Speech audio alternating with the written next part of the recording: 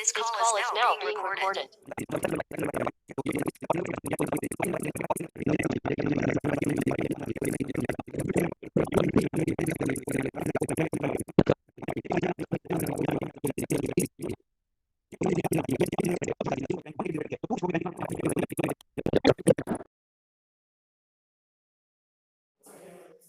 This call is now being recorded.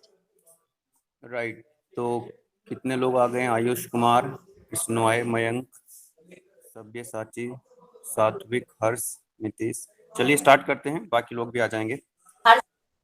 Unit 1 हम लोगों की कंप्लीट हो गई है। Today we will start unit number 2, that is introduction to IC engines and RAC. Unit number 2 का नाम है introduction to IC engine and RAC. IC का मतलब होता है इंटरनल कंबशन इंजन, और आरएसी का मतलब होता है यहाँ पर रेफ्रिजरेशन एंड कंडीशनिंग। तो डिटेल में हम देखेंगे। एक बार हम इसका सिलेबस देख लेते हैं। What is the syllabus of unit number 2। Unit के स्टार्टिंग में मैं आपको बताता हूँ कि हमको सिलेबस देखना इंपॉर्टेंट है, ताकि हमारा कोई टॉपिक छूट ना जाए, और आपको पता होना चाहिए कि हमारे सिलेबस में क्या है। जब आप आगे पढ़ते जाएंगे तो आपको पता रहना चाहिए कि कौन से टॉपिक्स हमारे कवर हो गए, कौन से टॉपिक्स हमारे छूट रहे हैं अभी। तो यूनिट नंबर 2 का जो सिलेबस है that is divided into 3 parts. One is IC engine, second one is refrigeration, and third one is air conditioning. ठीक है, तो आज हम लोग आईसी इंजन के बारे में डिस्कस करेंगे। So this is the syllabus of IC engine. कौन कौन से टॉपिक्स हम लोगों को आईसी इंजन के अंदर पढ़ने हैं वो एक बार देख लेते हैं। Basic components of IC engine. IC engine में कौन कौन से कंपोनेंट्स होते हैं इंटरनल कंबशन इंजन के अंदर? Construction and working of 2 stroke and 4 stroke SI and CI engine. यहाँ पर देखिए जो एसआई लिखा हुआ है इसका मतलब है स्पार्क इग्निशन इंजन, अभी डिटेल में हम डिस्कस भी करेंगे इसको। और सीआई का मतलब है यहाँ पर कंप्रेशन इग्निशन इंजन। ठीक है, तो हम डिस्कस करेंगे construction and working of 2 stroke and 4 stroke SI and CI engine, merits and demerits, and what is scavenging process. और लास्ट में ये जो टॉपिक है that is very interesting and very recent topic, introduction to electric and hybrid electric vehicles. Electric vehicles क्या होती हैं, hybrid electric vehicles क्या होती हैं, किस तरह से ये वर्क करती हैं, we will see in detail. IC engine से पहले हम डिफाइन कर लेते हैं कि इंजन क्या होता है, then we will come back to the IC engine, internal combustion engine. आप में से कोई बताना चाहेगा मुझे, इंजन को डिफाइन करना चाहेगा कोई आप में से? A device which can convert fuel energy into mechanical energy. It is a device which is used to convert fuel energy into mechanical energy, right? ठीक है, अच्छा है, good. It is a device which converts one form of energy into another form of useful energy. जैसा कि अभी सभ्य ने भी बताया कि ये फ्यूल एनर्जी को कन्वर्ट करता है मैकेनिकल एनर्जी में। तो इंजन एक ऐसी डिवाइस है जो एनर्जी की एक फॉर्म को दूसरी फॉर्म में कन्वर्ट करता है। जो फ्यूल की केमिकल एनर्जी होती है, फ्यूल को बर्न कराया जाता है, उसमें नाम से पता लग रहा है कंबस्शन इंजन। तो जब फ्यूल बर्न होगा तो वहां से जो एनर्जी रिलीज होगी वो थर्मल एनर्जी हमको मिलेगी वहां से, और इस थर्मल एनर्जी को हम कन्वर्ट कर लेते हैं किसमें, मैकेनिकल एनर्जी में। एंड मैकेनिकल एनर्जी जब आपको मिल जाएगी तो इस मैकेनिकल एनर्जी से आप अपने व्हीकल्स को आगे मूव करा सकते हैं। हमको थ्रस्ट मिल जाता है, या फिर आप क्या कर सकते हैं इसमें, आपने देखा होगा जनरेटर आप यहाँ पर लगा दीजिए। मैकेनिकल एनर्जी जब आपको मिलेगी तो जनरेटर लगा दीजिए। जनरेटर क्या करेगा, इसको मैकेनिकल एनर्जी को कन्वर्ट कर देगा इलेक्ट्रिकल एनर्जी में। ठीक है, जिससे आप अपना फैन चलाते हैं, एसी चलाते हैं, कूलर चलाते हैं। ठीक है, तो देखिए यहाँ पर केमिकल एनर्जी किस में कन्वर्ट होगी, थर्मल एनर्जी या हीट एनर्जी में, और थर्मल एनर्जी किस में कन्वर्ट हो जाती है, मैकेनिकल एनर्जी में। तो इंजन एक ऐसी डिवाइस है बच्चों जो एनर्जी की एक फॉर्म को दूसरी फॉर्म में कन्वर्ट करती है। नाउ बेस्ड ऑन कंबशन, ध्यान से समझिए, based on combustion engines are classified into, 2 category में हम बांट सकते हैं इंजन को हम 2 कैटेगरी में बांट सकते हैं। First one is internal combustion engine and second one is external combustion engine. On which basis, on the basis of combustion. ये देखिए कंबशन, दोनों में टर्म आ रही है यहाँ पर कंबशन। तो कंबशन के बेसिस पे हम क्या कर सकते हैं, इंजन को 2 कैटेगरी में क्लासिफाई कर सकते हैं। First one is IC engine and second one is EC engine, that is external combustion engine. तो हमारे सिलेबस में कौन सा है बच्चों, इसमें से हमारे सिलेबस में कौन सा है, आईसी इंजन है। तो कम से कम, यस बच्चों, तो हम एक काम करते हैं, कम से कम हम आईसी इंजन को डिटेल में पढ़ेंगे ही, नो प्रॉब्लम। आईसी इंजन को तो हम डिटेल में पढ़ेंगे ही, क्योंकि जब यहाँ पर इंटरनल की बात हो रही है तो कम से कम हमारे मन में एक क्वेश्चन ये पैदा होता है कि भाई जब इंटरनल कंबशन इंजन होता है तो एक्सटर्नल भी कुछ होता होगा। तो एक्सटर्नल कंबशन इंजन को बस थोड़ा सा समझेंगे, देन डिटेल में हम डिस्कस करेंगे अपना आईसी इंजन। तो एक बार डिफरेंस इसमें समझेंगे कि इंटरनल और एक्सटर्नल कंबशन इंजन में क्या डिफरेंस होता है। तो आपकी जो कार है, बाइक है, स्कूटी है, उसमें कौन सा इंजन चलता है? IC engine. कंबशन होता है उसमें, इस तरह का पिस्टन सिलेंडर अरेंजमेंट होता है, इस तरह का एक पिस्टन सिलेंडर अरेंजमेंट होता है, जैसा कि आप इस डायग्राम में देख पा रहे हैं। तो देखिए कंबशन क्या हो रहा है इसमें, इंटरनली हो रहा है। इंटरनली मतलब कहाँ पर हो रहा है कंबशन? पिस्टन सिलेंडर के अंदर हो रहा है। ध्यान से देखिए आप, कहाँ पर हो रहा है कंबशन? सिलेंडर के अंदर हो रहा है। अगर सिलेंडर के अंदर अगर कंबशन होगा तब हम उसको बोलेंगे इंटरनल कंबशन इंजन। रिपीट कर रहा हूं मैं यहाँ पर देखिए, कंबशन कहां पर हो रहा है? Inside the cylinder. कंबशन कहां पर हो रहा है बच्चों? Inside the cylinder. अब पढ़िए जरा इसको, in internal combustion engine the burning और combustion of fuel takes place inside the cylinder. जब सिलेंडर के अंदर कंबशन होता है, फ्यूल का कंबशन कहां पर होता है? Inside the cylinder, then it is known as internal combustion engine. Clear है? कंबशन आप देख पा रहे हैं डायग्राम के अंदर, कंबशन कहां पर हो रहा है? सिलेंडर के अंदर हो रहा है, तब हम इसको क्या बोलेंगे? Internal combustion engine. एग्जाम्पल्स हो सकते हैं इसके, जैसे कि पेट्रोल इंजन और diesel engine.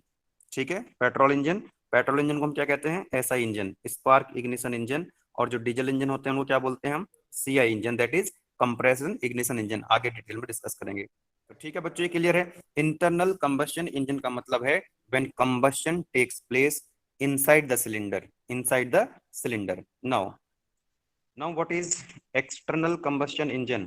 External combustion engine का मतलब होता है बच्चों कि जब कंबशन एक्सटर्नली होता है, मतलब इंजन के बाहर होता है कंबशन। कंबशन कहां पर होता है? इंजन के बाहर होता है। एक बार रीड कीजिए जरा, इसमें क्या लिखा हुआ है? In external combustion engine the combustion of fuel takes place outside the engine. जब इंजन के बाहर कंबशन होता है तब हम उसको बोलते हैं एक्सटर्नल कंबशन इंजन। क्या बोलेंगे उसको? External combustion engine. तो ये जो आप डायग्राम देख रहे हो ना यहाँ पर बना हुआ, ये डायग्राम है स्टीम पावर प्लांट का, जो कि एक एक्सटर्नल कंबशन इंजन है। कौन? Yes Yes, sir. sir. Steam आवाज नहीं आ रही। Yes sir. आवाज नहीं आ रही तो बच्चे एक आ सेकंड रही है रुको, सर मैं आवाज। चलिए मैं एक बार रिकनेक्ट करता हूँ। मैं हमें रिकनेक्ट, क्लियर आ रही सर, क्लियर आ रही है। चलिए कुछ 2-3 बच्चों को दिक्कत हो रही है, एक बार रिकनेक्ट कर लेता हूँ। 10 सेकंड लगेंगे। मैं आपको ये बता रहा था कि एक्सटर्नल कंबशन इंजन में जो कंबशन होता है that is outside the engine. Engine के बाहर जब कंबशन होता है तब हम ऐसे इंजन को एक्सटर्नल कंबशन इंजन बोलते हैं। और इससे पहले आपको मैंने बताया था कि जब combustion inside the engine, inside the cylinder होता है तब हम उसको इंटरनल कंबशन इंजन कहते हैं। तो यहाँ पर मैंने एक एग्जाम्पल लिया हुआ है। ये जो एग्जाम्पल है ये एक हीट इंजन है। हीट इंजन मतलब ये एक स्टीम पावर प्लांट का डायग्राम है। This is the steam power plant. इसके 4 बेसिक कंपोनेंट होते हैं। एक्सटर्नल कंबशन इंजन जो स्टीम पावर प्लांट आप डायग्राम में देख रहे हो, इसके 4 बेसिक कंपोनेंट्स आप देख रहे हो। पहला जो रेड कलर से दिखाया हुआ है यहाँ पर, दिस इज द बॉयलर। आपने मुझे बताया जो बॉयलर होता है that is the steam generator. ये स्टीम को प्रोड्यूस करता है। प्रेशर कुकर होता है बच्चे, तो प्रेशर कुकर में वाटर को रखोगे तो वो water will be converted into steam, लेकिन उसको हीट सप्लाई करनी पड़ेगी तभी ना हो पाएगा वो। तो ध्यान रखेंगे जो बॉयलर है, दिस इज द बॉयलर, ये बॉयलर है। इस बॉयलर में क्या एंटर होगा बच्चे? वाटर। क्या जाएगा इसके अंदर? वाटर। और क्या निकलेगा यहाँ से? क्या जनरेट करेगा ये? स्टीम। यहाँ से हमको क्या मिल जाएगी? स्टीम मिल जाएगी, ध्यान समझना। और ये बॉयलर है, इस वाटर को स्टीम में कन्वर्ट करेगा, लेकिन इसको हीट सप्लाई करनी पड़ेगी बच्चे। देखो लिखा हुआ है यहाँ पर हीट इन, इसको हीट देनी पड़ेगी, हीट सप्लाई करनी पड़ेगी। अब ये हीट कहाँ से आएगी? हीट ट्रांसफर कहाँ से करेंगे इसको हम? यहाँ पर इस इंजन के बाहर एक फर्नेस रही होगी। क्या रही होगी बच्चे? फर्नेस रही होगी। हम समझ रहे हैं यहाँ पर कि एक्सटर्नल कंबशन इंजन का क्या मतलब है। यहाँ पर फर्नेस रहेगी, तो उस फर्नेस के अंदर हम कोल प्लस एयर को क्या कराएंगे? बर्न कराएंगे। तो कोल और एयर को जब हम बर्न कराएंगे, जो हीट मिलेगी यहाँ से, जो हीट, वो हीट कहाँ जाएगी? बॉयलर में जाएगी। अब आप मुझे बताइए, यहाँ पर जो कंबशन हो रहा है क्या वो इंजन के बाहर हो रहा है? ये आपका पूरा एक इंजन है, जो 4 बेसिक कंपोनेंट्स आप देख रहे हैं, जिसमें से एक कंपोनेंट मैंने आपको बताया बॉयलर है। ये बाउंड्री मैंने बना दी है, ये आपका इंजन है। इसके बाहर कंबशन हो रहा है किसी फर्नेस में, तो यहाँ पर जो फर्नेस है वो इंजन के बाहर बनी हुई है। तो यहाँ पर आप मुझे बता सकते हैं फर्नेस बाहर है तो इंजन से बाहर ही हो रहा है कंबस्शन। बोलो, Yes, sir. अगर Yes, sir. Combustion Yes, sir. अगर कंबस्शन इंजन के बाहर हो रहा है तो इसको हम कहेंगे एक्सटर्नल कंबस्शन इंजन। ठीक है, ये डिफरेंस है। अभी आपने देखा था सिलेंडर के अंदर हो रहा था कंबस्शन, तो वो क्या है, इंटरनल कंबस्शन इंजन है। अब ये स्टीम कहाँ जाएगी, टरबाइन में। नेक्स्ट वाला जो पार्ट देख रहे हैं, दिस इज द टरबाइन। ये टरबाइन है, ये स्टीम टरबाइन के जाकर के इस तरह से एक टरबाइन होता है। टरबाइन की यहाँ पर कुछ ब्लेड्स लगे होते हैं, इन ब्लेड से जाकर के क्या करेगी, स्टीम स्ट्राइक करेगी और हाई वेलोसिटी से। और जब ये ब्लेड्स पे स्ट्राइक करेगी तो क्या करेगी, ये यहाँ पर ब्लेड्स रोटेट करेंगे। जिस शाफ्ट पर ये ब्लेड लगे होते हैं, माउंट होते हैं, तो ये शाफ्ट क्या करेगी, रोटेट कर जाएगी।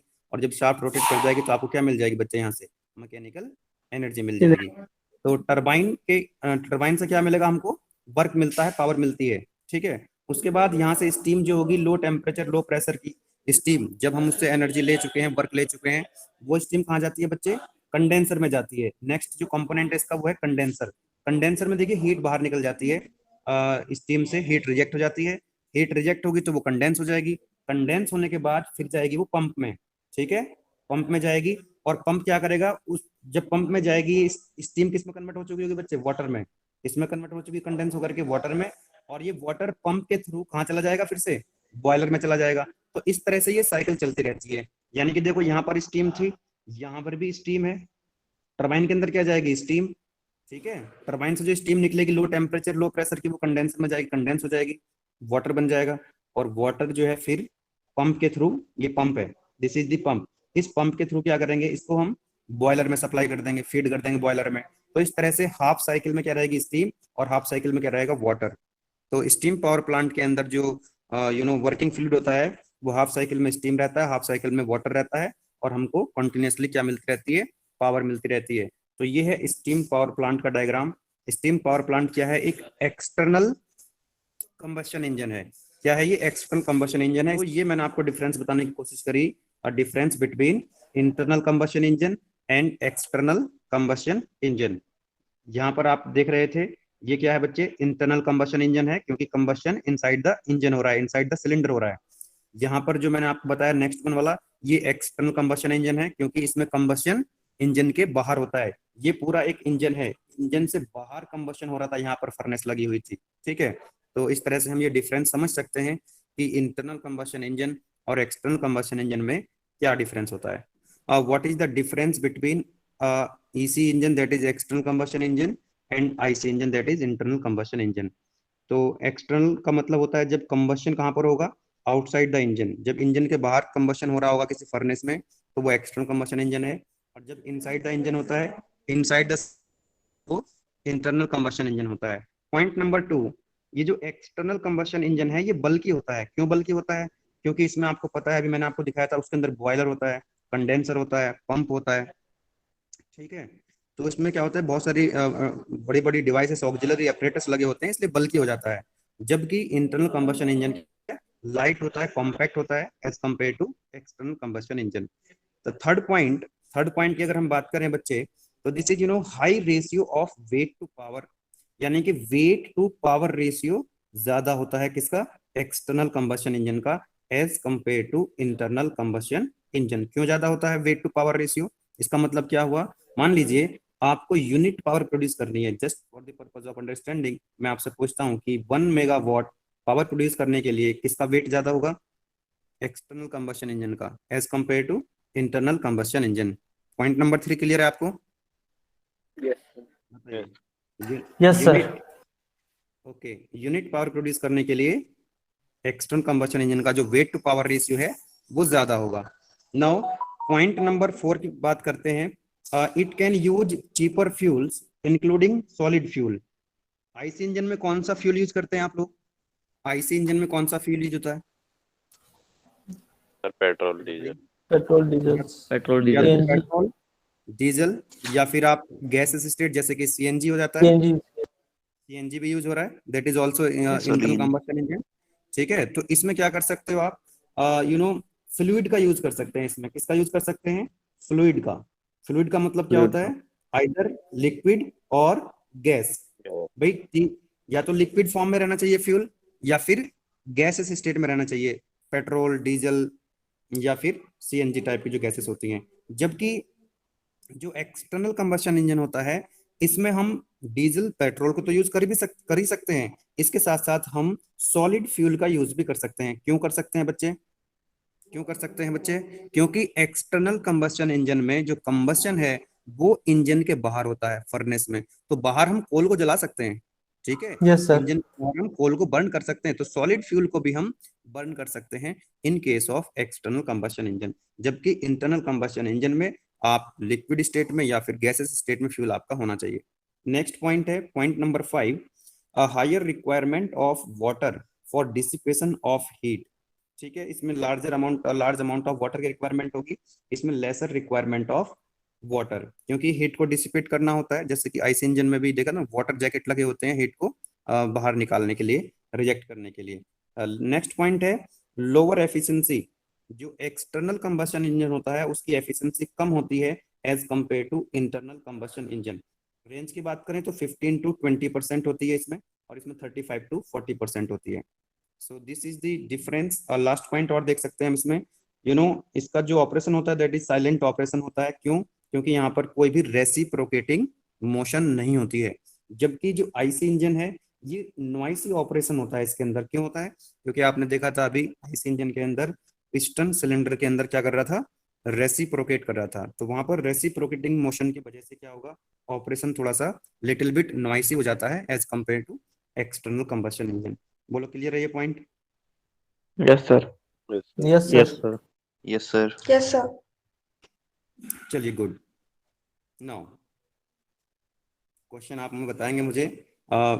बीच बीच में ना ऑब्जेक्टिव टाइप के क्वेश्चन हम डिस्कस करते रहेंगे, क्योंकि जो हम पढ़ रहे हैं ना, हमको चीजें क्लियर होनी चाहिए। Which type of energy transformation perform in an IC engine. IC engine में कौन सी एनर्जी किस में कन्वर्ट होती है? Option A, B, C. Sir, B. B. Sir, B, B. sir. B. Sir, B, thermal to mechanical. B, sir. B, sir, thermal to mechanical. इसमें तो कोई Thermal to mechanical. Thermal to mechanical, क्योंकि ultimately क्या होता है बच्चे, जो fuel की इंटरनल कंबशन इंजन के अंदर जब कंबशन होता है फ्यूल का, तो उसमें क्या होता है, जो फ्यूल की केमिकल एनर्जी होती है that is converting into what, thermal energy, and that thermal energy is converting into what, mechanical energy. तो ठीक है, थर्मल एनर्जी मैकेनिकल एनर्जी में कन्वर्ट हो जाती है in case of IC engine. Next that is important, classification of an IC engine. ध्यान से समझिए, आईसी इंजन को हम कैसे क्लासिफाई कर सकते हैं। ठीक है, तो कई तरह से हम क्लासिफाई कर सकते हैं। First one, on the basis of strokes use. कितने स्ट्रोक, आपने सुना होगा 2 स्ट्रोक इंजन, 4 स्ट्रोक इंजन, बोलो सुना है कि नहीं? Yes, sir. Yes, sir. Yes, sir. Sir. Yes, sir. तो किस इंजन में कितने स्ट्रोक्स हो रहे हैं उसके अकॉर्डिंग भी इसको हम क्लासिफाई कर सकते हैं, 2 stroke engine and 4 stroke engine. ठीक है, this is the first classification. Second classification की जो इंजन है, डीजल इंजन, पेट्रोल इंजन, वो कौन से साइकिल पे काम करते हैं, on that basis we can classify. First हो जाएगा इसमें ऑटो साइकिल इंजन। ये जो पेट्रोल इंजन होते हैं, पेट्रोल इंजन काम करते हैं ऑटो साइकिल पे। पेट्रोल इंजन कौन से साइकिल पे काम करते हैं? ऑटो साइकिल पे। और जो डीजल इंजन होते हैं, डीजल इंजन जो होते हैं ये डीजल साइकिल पे काम करते हैं। ठीक है, एक होती है third one is dual cycle. Dual cycle में भी फ्यूल क्या होता है, देखिए, ऑटो साइकिल में कौन सा फ्यूल होगा, पेट्रोल। डीजल साइकिल में कौन सा फ्यूल होगा, डीजल। और डुअल साइकिल में कौन सा फ्यूल होता है, डीजल ही होता है इसके अंदर। तो ये भी एक क्लासिफिकेशन है। Next one is, next classification है बच्चे, on the basis of types of fuel use कर रहे हैं इंजन के अंदर, उसके अकॉर्डिंग भी हम बता सकते हैं। First one is petrol engine. अगर पेट्रोल है फ्यूल तो पेट्रोल इंजन हो जाएगा, अगर डीजल है फ्यूल तो डीजल इंजन हो जाएगा, अगर उसमें कोई गैस यूज हो रही है तो उसको हम गैस इंजन कह सकते हैं।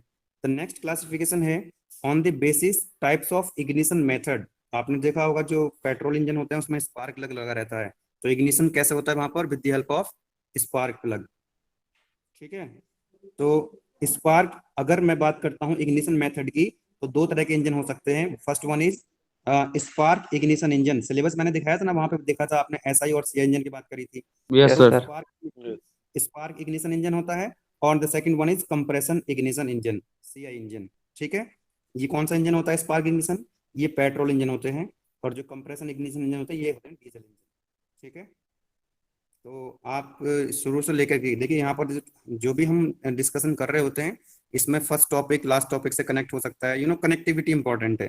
तो क्लास के अंदर अगर आप रेगुलर रहेंगे तो डेफिनेटली आपको समझने में कोई दिक्कत नहीं होगी। चलिए, नेक्स्ट क्लासिफिकेशन है on the basis types of cooling system used. उसको कूलिंग सिस्टम के लिए कौन सा कूलिंग सिस्टम यूज हो रहा है उसके अकॉर्डिंग सिस्टम हो सकता है, हमारा इंजन हो सकता है air cooled engine and water cooled engine. Next classification है on the basis types of different position of cylinder. आपने देखा होगा या सुना होगा, देखा तो सबने नहीं होगा। हॉरिजेंटल अगर सिलेंडर है उसके अंदर तो बच्चे हम उसको कहेंगे हॉरिजेंटल सिलेंडर इंजन। अगर इंजन की जो पोजीशन है अगर वो वर्टिकल है, इस तरह से इंजन लगा हुआ है गाड़ी के अंदर, तो उसको हम कहेंगे वर्टिकल इंजन। इंक्लाइन भी होता है कई बार, इस तरह से भी इंजन के अंदर सिलेंडर लगा होता है, तब हम उसको कहेंगे इंक्लाइन सिलेंडर इंजन। ठीक है, तो सर उससे भी कुछ फर्क पड़ती है क्या? हाँ बिल्कुल फर्क पड़ता है बच्चे, उससे बिल्कुल फर्क पड़ता है। क्योंकि अगर मान लीजिए वर्टिकल इंजन है, अगर मैं आपको एग्जांपल देना चाहूँ तो वर्टिकल इंजन है, एक हॉरिजेंटल इंजन है, ऐसा आप समझिए। अगर ये ये एक हॉरिजेंटल इंजन है और ये क्या है, एक वर्टिकल सिलेंडर वाला इंजन है। ठीक है, वर्टिकल सिलेंडर इंजन। तो आप मुझे बताइए, ये जो पिस्टन है बच्चे, ये पिस्टन मूव करता है, यस सर। इस तरह से रेसिप्रोकेट करता है, तो हॉरिजेंटल में इस तरह से रेसिप्रोकेट करेगा ये, बोलो यस और नो। Yes sir. अगर वर्टिकल इंजन होगा तो बच्चे, जो कि हमको यहाँ से क्या मिलने वाला है, यहाँ से हमको फोर्स मिलेगा, यहाँ पर कंबशन होता है ना सिलेंडर के अंदर, तो यहाँ से जब मेरे को फोर्स मिलने वाला है, और जब अगर वर्टिकल इंजन होगा तो जो पिस्टन होता है इसका कुछ मास होता है, बोलो यस और नो। यस सर, तो ज्यादा यस उसको सर। इसके अंदर मास होगा, इसके अंदर वेट होगा, तो ये ऐड हो जाएगा इसमें, इसको और ज्यादा पावर मिलेगी, इसको ज्यादा एडवांटेज मिल जाएगा। जब नीचे की तरफ पिस्टन जाएगा तो हमको मिलेगी पावर, और पहले से जो पावर मिल रही थी ड्यू टू ऑफ कंबशन, यहाँ से तो मिलेगी, और ये जो वेट है इस पिस्टन का भी हेल्प करेगा, ऐड हो जाएगा, जबकि हॉरिजेंटल इंजन में ऐसा नहीं होगा। तो यहाँ पर मैं दिखाने की आपको कोशिश कर रहा हूँ इस डायग्राम में, इस इमेज में, कि भाई पोजीशन आपको समझ में आ जाए पिस्टन की। पहला वाला जो डायग्राम आप देख पा रहे हैं, this is what, this is horizontal cylinder engine, बोलो यस और no. Next one is, second वाला जो डायग्राम आप देख रहे हैं, what, vertical this is vertical, and third one में क्या देखिए, इंक्लाइन है, यानी कि ये वी शेप में लगे हुए हैं। यहाँ पर जो सिलेंडर्स लगे हुए हैं वो वी शेप में लगे हुए हैं, और कितने कितने आप देखिए, सिलेंडर एक से ज्यादा हो सकते हैं। आपने देखा होगा 2 सिलेंडर गाड़ी भी होती है, एक सिंगल सिलेंडर भी होती है, 4 सिलेंडर, 6 सिलेंडर, ट्रेन में 8 सिलेंडर भी लगे होते हैं। तो यहाँ पर अगर आप देख पा रहे हैं, यहाँ पर कितने सिलेंडर चल रहे हैं, देयर आर 4 सिलेंडर फर्स्ट वाले डायग्राम में। सेकंड वाले डायग्राम में आप देख रहे हैं 4 सिलेंडर हैं, और जो थर्ड वाला डायग्राम है यहाँ पर आप देख पा रहे हैं, देयर आर 6 सिलेंडर। यस और no. Yes sir. Yes sir. Yes sir. The next one is, बात कर लेते हैं थोड़ा सा कि what are the advantages and disadvantages of IC engine. तो पहले एडवांटेज देख लेते हैं, आईसी इंजन के कौन कौन से एडवांटेज हैं। So these are the following advantages of an IC engine. First one is mechanical simplicity. समझिए जरा इस पॉइंट को।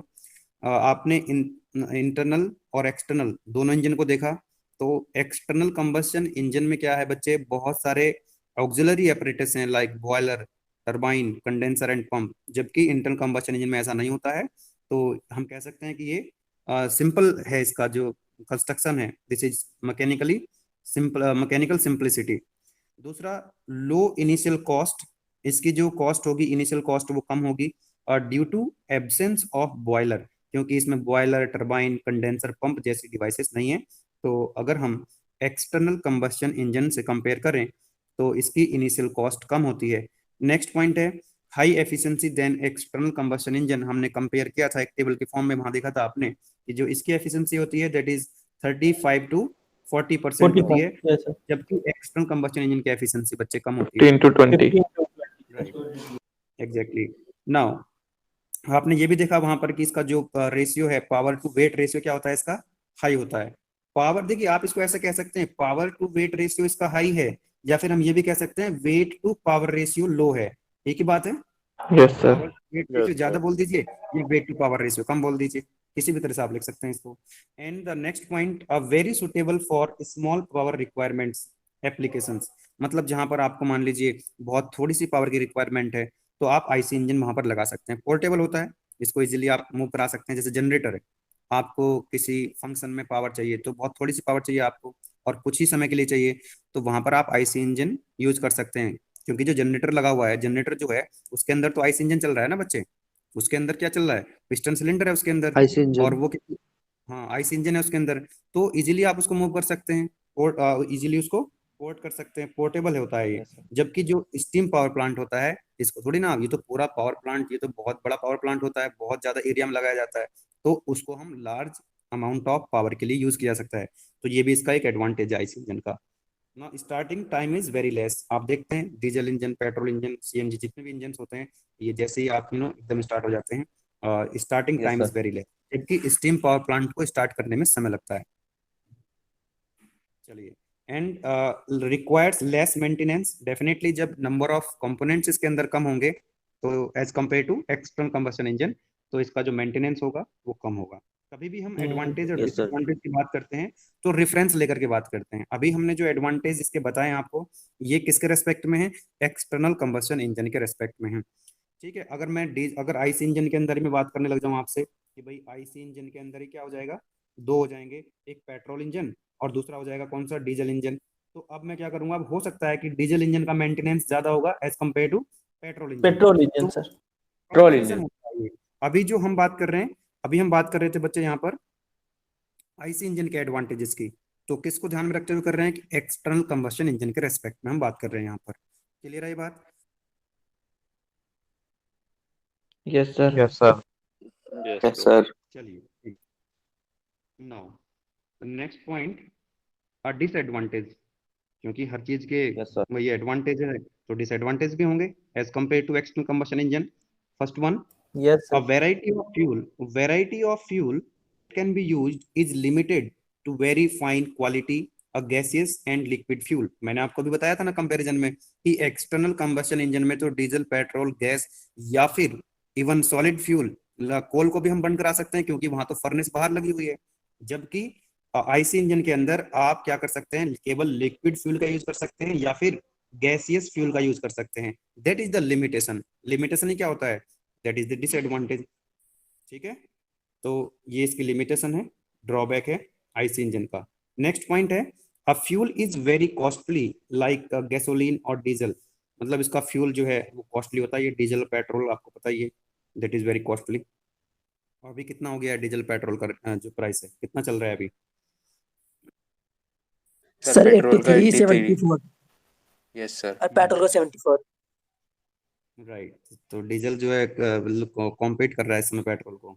तो लिटिल बिट इसका जो कॉस्ट होती है, फ्यूल की कॉस्ट होती है, वो ज्यादा होती है क्योंकि इसमें हाई क्वालिटी का ही हम क्या कर सकते हैं, इसमें आप वो नहीं चला सकते हो, कौन सा तेल होता है वो, क्या बोलते हैं उसको, लो ग्रेड वाला जो केरोसिन होता सर। है, राइट, केरोसिन नहीं यूज कर सकते आप इसमें।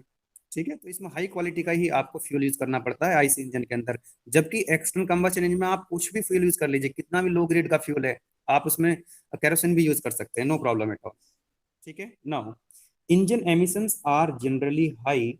Engine emissions are very very high in case of IC engine as compare to external combustion engine. आप देख ही रहे हैं, इवन और जैसी चीजें लानी पड़ रही हैं, कितना इसमें जो हम पढ़ेंगे आगे भी इसमें, ये जो आईसी इंजन है, diesel engine, petrol engine, diesel engine तो ज्यादा ही कुछ एमिशन प्रोड्यूस करता है। अगर देखिए डीजल और पेट्रोल की बात करोगे तो डीजल ज्यादा एमिशन प्रोड्यूस करता है as compare to petrol engine, लेकिन यहाँ पर हम आईसी इंजन की बात कर रहे हैं। हम आईसी इंजन को एक्सटर्नल कंबशन इंजन से कंपेयर कर रहे हैं, तो हम कह सकते हैं जो एमिशंस है वो ज्यादा जनरली प्रोड्यूस होता है as compare to external combustion engine. Pollution बहुत ज्यादा होता है, पॉल्यूशन बहुत ज्यादा है, और इसीलिए तो इसमें एक टॉपिक ऐड कर दिया गया है। आपको क्या पढ़ना है, इलेक्ट्रिक व्हीकल्स पढ़ना है आपको। आज का जो टाइम है, आने वाला जो टाइम है वो किसका है बच्चे, इलेक्ट्रिक Electric व्हीकल्स का है।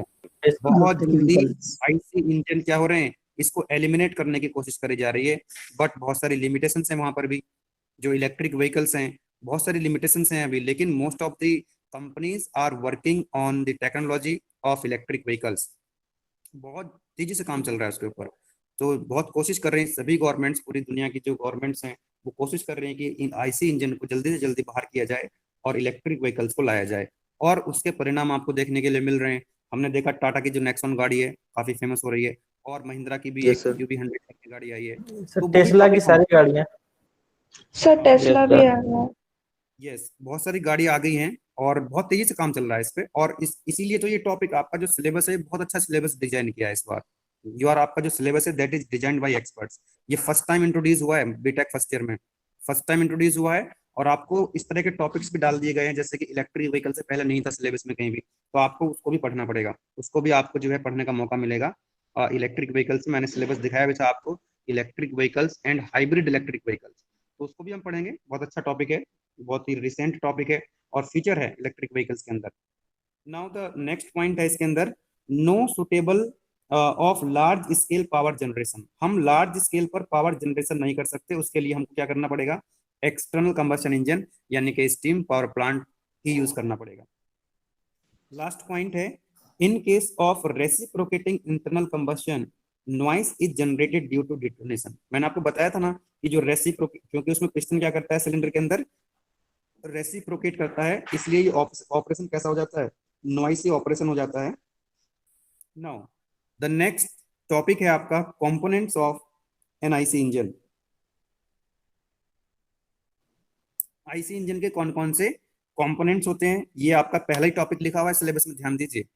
अब मैंने आपको जो सिलेबस, इसीलिए तो मैंने सिलेबस दिखाता हूँ आपको, ताकि जब आप पढ़ें ना तो आपको ये पता लगता रहे कि हाँ वास्तव में हम सही डायरेक्शन में जा रहे हैं। तो पहला जो टॉपिक लिखा हुआ है इसमें लिखा हुआ है components of an IC engine. IC engine के कौन कौन से बेसिक कंपोनेंट्स होते हैं ये आपसे वो लिखवा सकता है, write down the basic components of an IC engine. ठीक है, तो आप देख रहे हैं ये डायग्राम, इस डायग्राम में कौन कौन से, सबसे पहले आप देखेंगे एक सिलेंडर ब्लॉक होता है, एक सिलेंडर ब्लॉक होता है, जनरली इसको हम सिलेंडर के नाम से सिलेंडर ब्लॉक होता है ये, और ये होता है सिलेंडर। देखिए ये क्या हो गया, एक आपका ये हो गया, this one is known as the cylinder.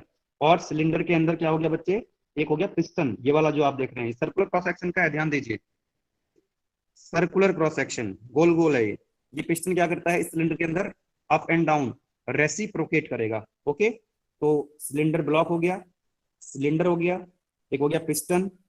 Now समझना ध्यान से, और यहाँ पर होता है कंबशन, जैसा कि आपने देखा था इनसाइड द सिलेंडर, यहाँ पर जहां पर मैं इसको हाईलाइट कर रहा हूँ, क्या यहीं पर कंबशन होने वाला है, बोलो यस और नो।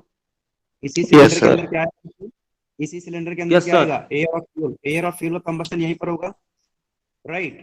और देखिए यहाँ पर इनलेट मोनिफोल्ड मैनिफोल्ड, इनलेट मैनिफोल्ड का मतलब क्या हुआ, यहाँ पर ये इनलेट वाल्व, यहाँ पर इनलेट वाल्व लगा होता है भाई, सिलेंडर के अंदर एयर या फ्यूल जाएगा, वो कहाँ से जाएगा, किसी वाल्व के थ्रू जाएगा, वो जाता है इनलेट वाल्व के थ्रू। उसके बाद जो गैसेस बर्न हो जाती हैं आफ्टर कंबशन, जो बर्न गैसेस हैं उनको बाहर भी निकालना होता है, तो यहाँ पर लगा होता है एग्जॉस्ट वाल्व। यहाँ से देखिए जो रेड कलर से हैं बर्न गैसेस बाहर निकल जाती हैं, ठीक है, एग्जॉस्ट हो जाती हैं, बाहर निकल जाती हैं साइलेंसर के थ्रू, राइट। अगर ये मान लीजिए पेट्रोल इंजन है तो यहाँ पर स्पार्क प्लग लगा होगा, अगर डीजल इंजन है तो यहाँ पर क्या लगा हुआ है, फ्यूल इंजेक्टर लगा होगा। वो डिफरेंस बाद में समझ में आएगा, धीरे धीरे सारी चीजें समझ में आएंगी, आप चिंता ना करिए इसकी, एक बार में सारी चीजें समझ में नहीं आएंगी, हम जैसे जैसे आगे बढ़ेंगे तो इसकी वर्किंग कंस्ट्रक्शन बहुत डिटेल में। अभी तो जस्ट मैं आपको क्या बताना चाहता हूँ यहाँ पे कि कौन कौन से इसके मेजर या बेसिक कंपोनेंट्स होते हैं। ठीक है, अब ध्यान से समझिए मेरी बात को, मैं क्या कहना चाह रहा हूँ आपसे। आप मुझे बताइए जरा, अगर हम व्हीकल्स की बात करें, ऑटोमोबाइल की बात करें, आप बाइक चला रहे हैं, स्कूटी चला रहे हैं, कार चला रहे हैं, तो आपको थ्रस्ट चाहिए, आपको एक पावर चाहिए गाड़ी को आगे चलाने के लिए। कौन से मोशन की रिक्वायरमेंट है बता सकते हैं आप मुझे, रोटरी मोशन इज रिक्वायर्ड और रेसिप्रोकेटिंग मोशन इज रिक्वायर्ड। आपको क्या चाहिए, कौन से मोशन चाहिए, रेसिप्रोकेटिंग या फिर रोटरी। Sir rotary. आपको तो रोटरी मोशन चाहिए, गाड़ी के जो पहिए हैं, व्हील्स जो हैं वो घूम रहे हैं, वो रोटेट कर रहे होते हैं, और जबकि यहाँ पर जो पिस्टन है वो क्या कर रहा है बच्चे, रेसिप्रोकेट कर रहा है। क्या कर रहा है यहाँ पर, रेसिप्रोकेट कर रहा है। अब ध्यान से समझिए इसको, जब हम इलेक्ट्रिक व्हीकल्स पढ़ेंगे तब मैं यहाँ पर कनेक्ट करने की कोशिश करूंगा इसमें। तो यहाँ पर जो पिस्टन है बच्चे वो रेसिप्रोकेट करता है, पिस्टन क्या करता है, रेसिप्रोकेट करता है, जबकि हमको हमको चाहिए रोटरी मोशन, मिल कौन सी रही है, रेसिप्रोकेटिंग मोशन मिल रही है, क्योंकि जो पावर मिलेगी वो किससे मिलेगी, पिस्टन के टॉप पर मिलेगी हमको। ठीक है, हमको मिल रही रेसिप्रोकेटिंग मोशन, हमको चाहिए रोटरी मोशन। तो इसके लिए क्या करना पड़ेगा, आपको एक मैकेनिज्म यूज करना पड़ेगा, that is known as crank and connecting rod mechanism. देखो ध्यान से, ये है पिस्टन, ये पिस्टन रेसिप्रोकेट करेगा, यहां से हमको पावर मिलेगी, रेसिप्रोकेटिंग मोशन मिलेगी हमको। हमने यहाँ लगा दी कनेक्टिंग रॉड, ये जो आप देख रहे हैं रॉड देख रहे हैं, this is known as connecting rod. ये कनेक्टिंग रॉड का जो एक एंड कहां पर लगा हुआ है, पिस्टन से। कहां पर कनेक्ट है बच्चे? पिस्टन से कनेक्ट है। एक पिन लगी हुई है यहाँ पर जिसको हम बोलते हैं गजन पिन। क्या बोल रहे हैं इसको हम? गजन पिन। तो यानी कि जो कनेक्टिंग रॉड है, कनेक्टिंग रॉड जो है, कनेक्टिंग रॉड किसको कनेक्ट कर रही है पहले तो ये समझिए। नाम से पता लग रहा है कनेक्टिंग रॉड। कनेक्टिंग रॉड किसको कनेक्ट कर रही है बच्चे? पिस्टन को। ये रहा पिस्टन और ये रही क्रैंक। ये क्या है बच्चे? क्रैंक। देखो यहाँ पर लिखा हुआ है crank, this is your crank. ये क्रैंक है। ये क्या है बच्चे? क्रैंक है। ये क्या है बच्चे? पिस्टन है, दिस इज पिस्टन। तो क्रैंक और पिस्टन को जो रॉड कनेक्ट करती है, this is known as connecting rod, this is known as connecting rod. तो कनेक्टिंग रॉड का एक एंड कहां पर है? पिस्टन की साइड जुड़ा हुआ है, और दूसरा कनेक्टिंग रॉड का एंड कहां पर जुड़ा हुआ है? क्रैंक से जुड़ा हुआ है। अब ये जुड़ेंगे, अब क्योंकि यहाँ पर ज्वाइंट बनेंगे भाई। अगर एक एंड इसका कनेक्टिंग क्रैंक पर है और दूसरा एंड कहां पर लगा हुआ है? पिस्टन पे लगा हुआ है। तो यहाँ पर जो ज्वाइंट बन रहे होंगे बच्चे, कोई ना कोई तो ज्वाइंट तो बनेंगे, कोई ना कोई पिन लगी होगी। तो यहाँ पर जो कनेक्ट है कहां पर? पिस्टन के साथ जो जुड़ा हुआ है, कनेक्ट है, यहाँ पर एक पिन लगी हुई है जिसको हम कहते हैं गजन पिन। इसी का दूसरा नाम है पिस्टन पिन, क्योंकि ये पिस्टन से जुड़ा हुआ है। इसको आप पिस्टन पिन भी लिख सकते हैं। तो गजन पिन और पिस्टन पिन के थ्रू ये कनेक्टिंग रॉड जुड़ी हुई है पिस्टन के साथ। Is it clear to all of you? Yes और no? Yes, sir. Yes, sir. Yes, sir.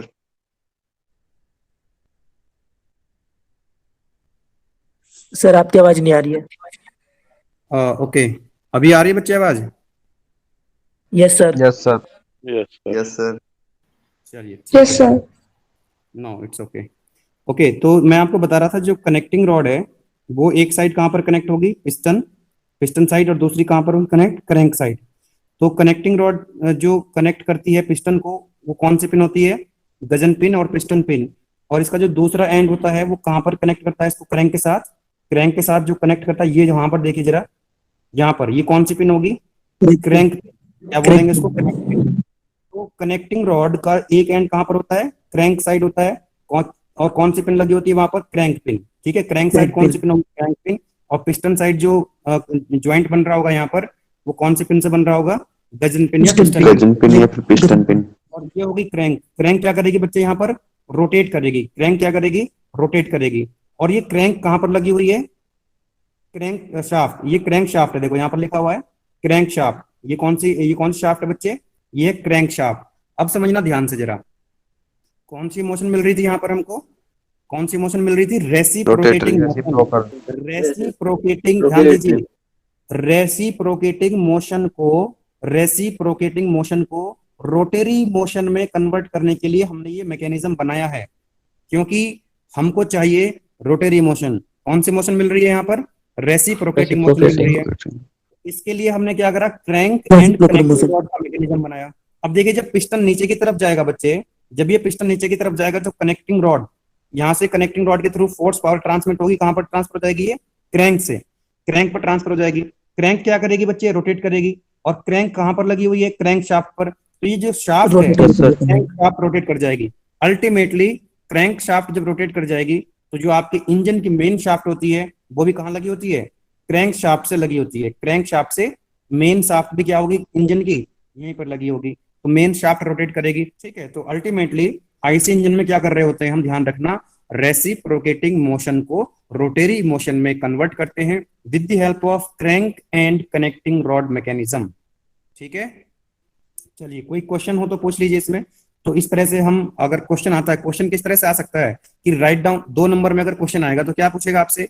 अगर 2 मार्क्स में क्वेश्चन आता है बच्चे, क्वेश्चन आता है अगर आपका 2 मार्क्स में, तो क्या पूछेगा आपसे? Right down the name of components of IC engine. तो कुछ नहीं करना है आपको, 2 मार्क्स में एक्सप्लेन करने की जरूरत नहीं पड़ती है आपको। आप लिखेंगे फर्स्ट वन सिलेंडर ब्लॉक, दूसरा पॉइंट, दूसरा लिखेंगे सिलेंडर, तीसरा लिखेंगे आप क्या लिखेंगे? पिस्टन। इस तरह से ये कंपोनेंट्स आप लिखते चले जाएंगे। ठीक है, डायग्राम की भी जरूरत नहीं है। देखिए क्वेश्चन हमेशा देखना, ध्यान देना, क्वेश्चन क्या होता है एग्जाम के अंदर, कई बार ये कंपोनेंट्स का क्वेश्चन आएगा, कई बार 2 मार्क्स में आ जाएगा, कई बार 5 मार्क्स में आ जाएगा, कई बार 10 मार्क्स में आ जाएगा। तो आप क्या करेंगे, कितना लिखना है आपको, ये डिपेंड करता है कि वो क्वेश्चन कितने मार्क्स में पूछा गया है। अगर वो पूछता है आपसे कंपोनेंट्स के बारे में और 2 मार्क्स का क्वेश्चन है, तो बच्चे आप क्या करेंगे, 5 या 6 इस तरह से कंपोनेंट्स के नाम लिख देंगे सिर्फ, that is more than sufficient. अगर क्वेश्चन 2 मार्क्स में है तो फिर डायग्राम बनाने की और इनको एक्सप्लेन करने की जरूरत नहीं है बच्चे। दूसरा, अगर ये 5 मार्क्स में क्वेश्चन पूछा जाता है तो आप डायग्राम भी बना दीजिए, इसका एक स्केच बना दीजिए सिंपल सा, ठीक है। अगर आपसे ये 10 मार्क्स में क्वेश्चन पूछा जाता है तो आप क्या करेंगे, इनको फिर एक्सप्लेन भी करेंगे कि भाई सिलेंडर क्या होता है, पिस्टन क्या होता है, एक एक लाइन में आप इनको एक्सप्लेन करते चले जाएंगे। कनेक्टिंग रॉड क्या होता है, ये किसको कनेक्ट करती है, कनेक्टिंग रॉड ये पिस्टन को और क्रैंक को कनेक्ट करती है, ठीक है। कौन कौन सी पिन लगी होती है, गजन पिन, क्रैंक पिन, तो आप इनको एक एक लाइन में एक्सप्लेन कर सकते क्रैंक हैं। और पिस्टन को। तो इस तरह से आप इसको, डिपेंड करता है कि कितने मार्क्स में क्वेश्चन पूछा गया है। चलिए, तो इस तरह से आप देख पा रहे हैं यहाँ पर कितने सिलेंडर्स देखने के लिए मिल रहे हैं यहाँ पर आपको, सर कितने 4 सिलेंडर्स हैं बच्चे, देर आर 4 4 सिलेंडर। सर। और आप देख रहे हैं यहाँ पर, आप देखेंगे जब हम 4 स्ट्रोक इंजन पढ़ेंगे तो वहां पर एक सक्शन स्ट्रोक होगा, कंप्रेशन स्ट्रोक होगा, पावर स्ट्रोक होगा, उसके बाद एग्जॉस्ट स्ट्रोक होगा। तो केवल एक ही स्ट्रोक में पावर मिलेगी, वो डिटेल में हम डिस्कस करेंगे। इस तरह से देख रहे हैं इनका ऑर्डर थोड़ा सा अलग है, जो फायरिंग हो रही है ना इसमें अलग अलग टाइमिंग से हो रही है। जो रेड रेड कलर का आप देख रहे हैं यहाँ पर क्या हो रहा है, इसमें फायरिंग चल रही है। ये तो अलग अलग सिलेंडर की टाइमिंग अलग अलग होती है, एक वॉल्व टाइमिंग डायग्राम होता है, ठीक है। यहाँ पर देखिए ऊपर वॉल्व लगे हुए हैं, ये ऑपरेट हो रहे हैं, यहाँ पर एक कैम शाफ्ट लगी हुई है। और ये जो क्रैंक क्रैंक देख पा रहे हैं आप, ये ब्लैक कलर की जो क्रैंक रोटेट कर रही है, देखिए एक पिस्टन आप देख पा रहे होंगे, पिस्टन आप देख पा रहे हैं, पिस्टन की फिर एक कनेक्टिंग रॉड लगी हुई है यहाँ पर। ये कनेक्टिंग यस रॉड सर, कहाँ से जुड़ता है, यहाँ पर पिन लगी हुई है। देखिए पिस्टन के अंदर जो पिन लगी हुई है वो कौन सी पिन होगी, अंदर जो कनेक्टिंग रॉड को पिस्टन के साथ कनेक्ट कर रही है वो कौन सी पिन है अंदर, इसके गजन पिन या फिर पिस्टन गजन पिन। पिन। और यहाँ पर देखिए जरा, यहाँ पर जो क्रैंक के साथ एक पिन लगी हुई है ये कौन सी पिन है, ये है क्रैंक पिन, ठीक है। और ये ब्लैक ब्लैक जो क्रैंक रोटेट कर रही है, ये जो ब्लैक ब्लैक रोटेट कर रही है ये क्या है बच्चे, क्रैंक है। ये क्या है, क्रैंक है। क्रैंक है। तो अलग अलग कनेक्टिंग रॉड हैं, आप देख रहे हैं अलग अलग पिस्टन है, अलग अलग क्रैंक हैं। और ध्यान देंगे, जितनी भी क्रैंक होंगी, जितने सिलेंडर होंगे उतनी क्रैंक होंगी, बोलो यस और नो। Yes sir. जितने सिलेंडर्स उतनी क्रैंक। एक चीज कॉमन रहेगी, जितने भी क्रैंक होंगे बच्चे वो सब एक शाफ्ट से कनेक्ट होंगी, that is known as crankshaft. ये जो शाफ्ट है, एक शाफ्ट देख रहे हैं आप इस तरह से, ये कौन सा शाफ्ट है, दिस इज क्रैंक शाफ्ट, ये क्रैंक शाफ्ट है। सारी की सारी क्रैंक एक ही क्रैंक शाफ्ट से कनेक्ट होंगी, तभी तो हमको एक साथ पावर मिलेगी। अगर अलग अलग शाफ्ट में लगा देंगे इसको तो हमको पावर मिलेगी कैसे, अलग अलग इंजन से अलग अलग पावर मिल रही होगी कहीं किसी शाफ्ट पर। तो हम क्या करेंगे, हमेशा जितने भी क्रैंक हैं वो एक कॉमन क्रैंक शाफ्ट पे लगी होंगी, कॉमन क्रैंक शाफ्ट पे लगी होंगी, ठीक है। एक आपने सुना होगा फ्लाईव्हील, सुना है क्या कभी आपने फ्लाईव्हील का नाम अपने जीवन में? Yes sir. क्या होता है नहीं सर। फ्लाईव्हील? देखो, फ्लाईव्हील में आपको बताऊंगा जब हम कंस्ट्रक्शन पढ़ेंगे ना, construction and working of 4 stroke और 2 स्ट्रोक इंजन, तब मैं आपको फ्लाईव्हील के बारे में बताऊंगा। एक बार थोड़ा ध्यान रखेंगे इस डायग्राम को। ये जो आप लास्ट में देख रहे हैं ना, एक इंजन, ये व्हील से लगा हुआ है यहाँ पर, ये जो व्हील लगा हुआ है ये भी रोटेट करता है शाफ्ट के साथ। तो यही क्या होता है, यहाँ पर एक फ्लाईव्हील लगा होता है। क्या लगा होता है? फ्लाईव्हील लगा होता है। और फ्लाईव्हील कहाँ पर लगा होता है बच्चे? Crank shaft. तो जब हमको क्रैंक शाफ्ट रोटेट कर रही होगी, क्रैंक शाफ्ट जब रोटेट कर रही होगी तो ये फ्लाईव्हील भी क्या करता है, रोटेट करता है। कैसे काम करता है, what is the function of flywheel, अभी शायद समझने में आपको दिक्कत होगी। जब हम इसका कंस्ट्रक्शन वर्किंग पढ़ेंगे 4 स्ट्रोक इंजन का, तब मैं आपको बताऊंगा कि फ्लाईव्हील का क्या काम होता है, why we use a flywheel in IC engine. Nomenclature of an IC engine, ध्यान समझिएगा इसको जरा। ये हो गया सिलेंडर, दिस इज सिलेंडर। इसके अंदर ये हो गया पिस्टन जो कि रेसिप्रोकेट करेगा टीडीसी से बीडीसी, ये बीडीसी हो गया, ऊपर टीडीसी हो गया।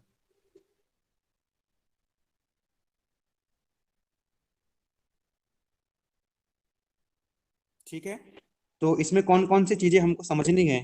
पहला कि भाई सिलेंडर के बारे में आपको पता है, ये एक सिलेंडर हो गया, ये हो गया एक पिस्टन, ठीक है। अब ये पिस्टन सिलेंडर के अंदर क्या करेगा बच्चे? रेसिप्रोकेट करेगा। अब यहां तक जा रहा है पिस्टन, ये सिलेंडर के अंदर, ये उसकी होगी ऊपर वाली पोजीशन और ये होगी इसकी नीचे वाली पोजीशन, ठीक है। ये कौन सी पोजीशन होगी? इसकी नीचे वाली पोजीशन हो गई। तो जो ऊपर वाली टॉप मोस्ट पोजीशन है पिस्टन की, उसको बोलते हैं हम TDC, that is top dead centre. और जो बॉटम मोस्ट पोजीशन है, सबसे नीचे वाली पोजीशन जो है इसकी, that is known as bottom dead centre. भाई पिस्टन रेसिप्रोकेट कर रहा है, पिस्टन क्या कर रहा है? रेसिप्रोकेट कर रहा है। तो वो कहीं ना कहीं 2 डेड स्टेट होंगी। यहाँ पर इसकी डायरेक्शन चेंज हो जाती है, पहले ऊपर जा रहा होगा, फिर उसके बाद यहाँ से नीचे चला जाएगा। नीचे कहाँ तक आएगा? कहीं तो यहाँ तक आएगा, ये इसकी एक्सट्रीम पोजीशन है, फिर इसके बाद ऊपर चला जाएगा, ठीक है। तो पिस्टन पिस्टन कहाँ से कहाँ मूव करता है? टीडीसी टू बीडीसी और बीडीसी टू टीडीसी। पिस्टन कहाँ से कहाँ BDC। मूव करता है? टीडीसी टू बीडीसी और BDC to TDC. Top dead centre और बॉटम डेड सेंटर के बीच में पिस्टन क्या करता है, रेसिप्रोकेट करता है। नाउ अब ये जो पिस्टन है, पिस्टन का कुछ ना कुछ डायमीटर होगा भाई। पिस्टन क्या होता है, सर्कुलर क्रॉस सेक्शन का होता है, सर्कुलर क्रॉस सेक्शन का होता है पिस्टन, ठीक है। इसका जो डायमीटर होता है उसको हम क्या कहते हैं, बोर कहते हैं। आप कह सकते हैं इसको पिस्टन का डायमीटर या फिर सिलेंडर का जो इनसाइड डायमीटर है, इनर डायमीटर ऑफ सिलेंडर क्या हो जाएगा, उसको हम क्या बोलेंगे बच्चे, उसको हम बोलेंगे बोर, ठीक है। और आगे मैं इसको डिटेल में समझाने का प्रयास करता हूँ नेक्स्ट स्लाइड में। इस डायग्राम को जरा ध्यान से देखिए, इस डायग्राम को जरा ध्यान से देखिए, वो सारी चीजें मैं यहाँ पर नोट कर रखी हैं, एक्सप्लेन करता हूँ दोबारा से। देखो ये हो गया एक सिलेंडर, ठीक है, ये हो गया एक सिलेंडर, दिस इज सिलेंडर। ये हो गया पिस्टन, ये क्या हो गया बच्चे, ये हो गया piston, this one is piston. ये क्या होगी बच्चे, connecting rod, this is connecting rod. ये ब्लैक कलर की देख पा रहे हैं आप, कनेक्टिंग रॉड दिख Yes, रही है sir. आपको। Yes, और sir. Yes, sir. यहाँ पर देखिए, दिस इज क्रैंक, क्या आपको पता है यही क्रैंक है, ये दिस वन। और यहाँ पर जो पिन लगी होगी बच्चे बता सकते हैं इस पिन का नाम क्या बताया था मैंने आपको अभी, गगन पिन। गजन पिन और पिस्टन पिन। गजन पिन और piston pin.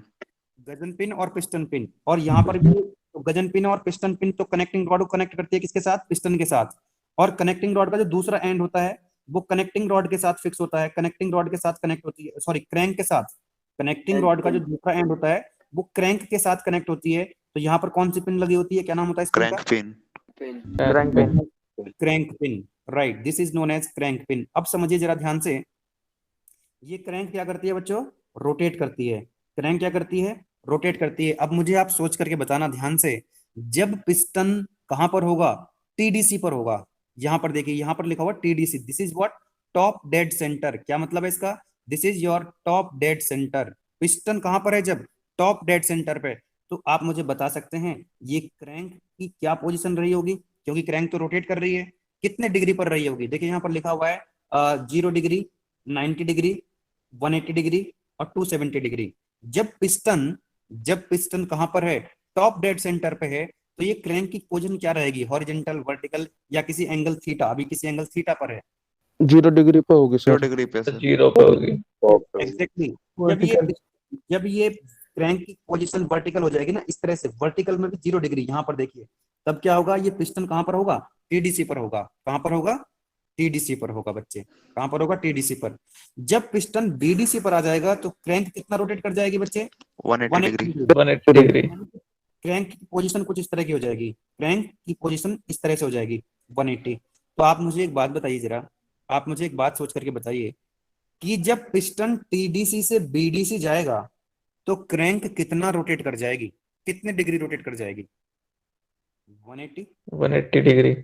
180 degree, 180 degree rotate कर जाएगी, राइट। तो देखिए यहाँ पर लिखा हुआ है, एक बार पढ़िए जरा इसको, top dead centre that is TDC. क्या मतलब होता है इसका, you know it is the position. मैं आपको बता रहा हूँ यहाँ पर टीडीसी, अगर आपको टीडीसी एक्सप्लेन करने के लिए आ जाए, लिखने के लिए आ जाए एक नंबर में, तो क्या लिखोगे, it is the position of the piston when it is farthest from the crank. बताओ मुझे जरा ध्यान से, ये है क्रैंक शाफ्ट, ये क्या है बच्चे, क्रैंक शाफ्ट है। अब आप मुझे बता सकते हैं कि ये जो आप पिस्टन देख रहे हैं, पिस्टन कहां पर रहेगा, टीडीसी पर रहेगा। जब पिस्टन टीडीसी पर रहेगा, क्या सबसे ज्यादा डिस्टेंस हो जाएगी क्रैंक शाफ्ट और पिस्टन के बीच में, बोलो यस और no. Yes sir. Yes, sir. जब ये पिस्टन टीडीसी पर Yes, आ sir. जाएगा तो ये पिस्टन फारदेस्ट डिस्टेंस पर होगा फ्रॉम द क्रैंक शाफ्ट, बोलो यस और नो। Yes, sir. दिक्कत तो नहीं है। जब पिस्टन टीडीसी पर होगा, तो हम ये कह सकते हैं कि वो क्रैंक शाफ्ट से मैक्सिमम डिस्टेंस पर है, और उसी पोजीशन को हम बोलेंगे क्या, उसी को बोलेंगे टॉप डेड सेंटर, ठीक है। या आप सिंपली आप इसको ऐसे भी कह सकते हैं, top most position of the piston is known as top dead centre. लेकिन ये जो डेफिनेशन मैंने लिखी है, इट इज मोर करेक्ट, ये ज्यादा अच्छी है। क्यों अच्छी है अभी बताऊंगा आपको मैं। अब दूसरा पॉइंट आप मुझे बताइए जरा ध्यान से, ये पिस्टन की सबसे कम डिस्टेंस कब रहेगी, क्रैंक शाफ्ट के पास सबसे, क्रैंक शाफ्ट और पिस्टन के बीच में सबसे कम डिस्टेंस कब रहेगी, जब कहां पर होना चाहिए पिस्टन को, 0 डिग्री पे।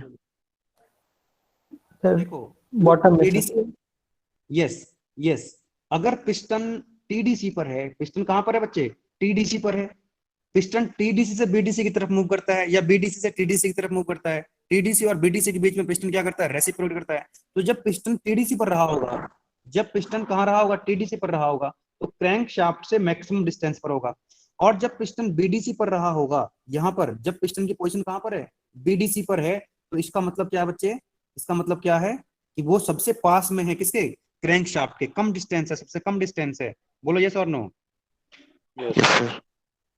तो जब क्रैंक शाफ्ट से मैक्सिमम डिस्टेंस पर है, जो पोजीशन होगी वो होगी टीडीसी, और जब सबसे पास वाली डिस्टेंस पर होगा, सबसे पास में होगा, तब उसको बोलेंगे हम बीडीसी।